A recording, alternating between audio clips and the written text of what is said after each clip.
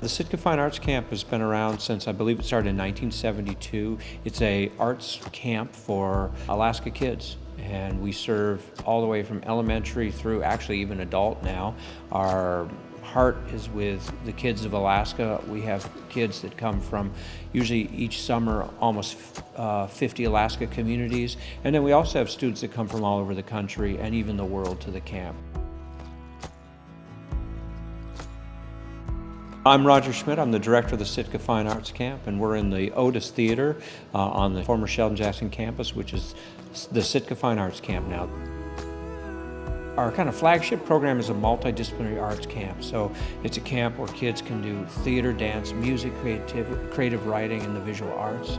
And in all those disciplines, we offer usually almost 90 different kinds of classes. The Sitka Fine Arts Camp attracts just really super exciting people for our students to work with. What we really like is they're getting the highest quality arts instruction from the get-go, and that becomes their habit. And I think that's what we want with kids with education, is we want them right from the get-go to have the very, very best education they have, and that's what they expect. So we really believe in education. We believe that education is the secret behind talent, and getting kids connected with the very best education leads to people saying, wow, that kid's so talented.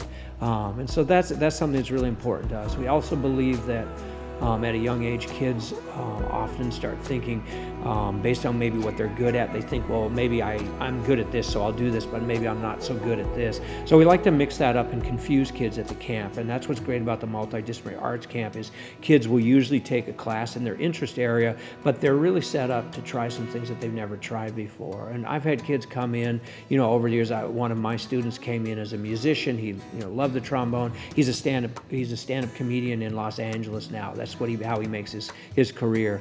And he took stand-up comedy at the camp. And so if we can provide opportunities for kids, high quality education, and a variety of opportunities that every kid's going to find a path that feels uniquely their own. And we want to be, any way we can, we want to help them with that, to help them find that path and to make it feel like the world is a world that's open with opportunities. Each summer we serve just under about 1,000 kids. That's elementary, middle, high school kid, and all our different programs. We try to make sure that in every way we can, working with our supporters, organizations like First Bank or the Greater Sitka Legacy Fund, or many community foundations throughout Alaska. We work closely with teachers. We try to make the camp accessible to all kids. Last year, we were able to provide, I think, over 20% of our students received financial aid to come to the camp. That amounted to over $90,000 in financial aid that was given out. First Bank has really helped us with the scholarship program that's so important to our organization. My first years as executive director, a lot of my work and my team's work was just getting the camp back up and going. It had struggled in the 90s, and so in 2000, when I began, we had a lot of work to do to kind of get it going again. One of the things I remember writing down my first week on the job was I wanted to make sure that we had a really strong scholarship program, that was a priority. And it's taken us a long time to get where we are now, and we've had to really work on first getting things going, but now we've been really successful working together with partners to make sure that kids can come to this camp that might not ordinarily be able to afford a program like this. First Bank has been really supportive, and they're a community leader throughout Southeast Alaska. That's been great, and we feel like not only have we had their support, but they've also supported programs that support our program. And so both directly and indirectly, I feel like we're part of a community of Alaska, and it takes all of us working together to take care of our kids, which are the future of our of our state. I got one more question. You were kind of talking on we were at one of the offices, and I asked if you were from here, and you said yeah.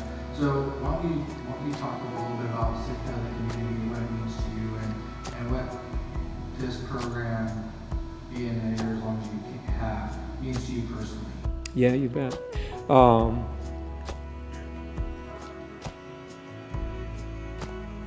Well, I went to the camp for a number of years, and you know, we were talking on the way here that there's a teacher that really inspired me. In fact, when I think of my life, I think of a couple teachers that just, you know, made me who I am today. And when when I came back to camp, when I came back to Sitka, I moved back to Sitka. I felt like I owed something to these teachers. And one of them was from Ketchikan, Roy McPherson, we were just talking about. He was my band teacher here at the Sitka Fine Arts Camp, and he also started giving me private lessons on my instrument, which I'd never had private lessons. I'd never had anybody that could explain to me how to play the trombone specifically. And then another one was my music teacher here in Sitka. And so coming back to Sitka, I felt like I owed something back to this community and to these teachers that made a difference in my life. Working at the camp, I feel like I owed something to the teachers at camp that changed my life. And so I think coming home for me is a really rewarding experience because I'm able to give back. And I also feel like I have a vision from some of the experiences I had as a kid. And also I feel like those teachers would have expected things to just get better. You know, when I work with my students, I always want them to, like, you know, I'm going to show you what I know and I hope you'll go on and learn more. And so I feel like what I learned about education from these teachers, I'm trying to like take it even further with the next kids. And so that, I think, maybe that answers the question, sort of what it feels like to be back in your own town and be back in your own region. I've always felt like Southeast Alaska is my town, you know, whether it's Sitka or Ketchikan or Haines or Juneau. I've spent so much time with, you know, my friends who I met at camp who live in all those communities, and traveling and doing, you know, arts projects and music for me usually. And so it's a great feeling. It's a great feeling being part of the community of Alaska and the community of Sitka. Sitka, like I think every Alaska community, is incredibly giving. People get inspired, and I think in a really honest and authentic way. I never could have ever planned that we'd have 1,000 volunteers come help on this campus. It was the strangest thing, you know, and it was just good people just saying, you know, let's roll up our sleeves and get busy, and people would come in with whatever skills they had and offer to do whatever they felt they could do to help. And so I love working in a small community because you feel like if you want to make a difference, you can, and you also can see what you've done, and you can also likewise be affected by the people around you.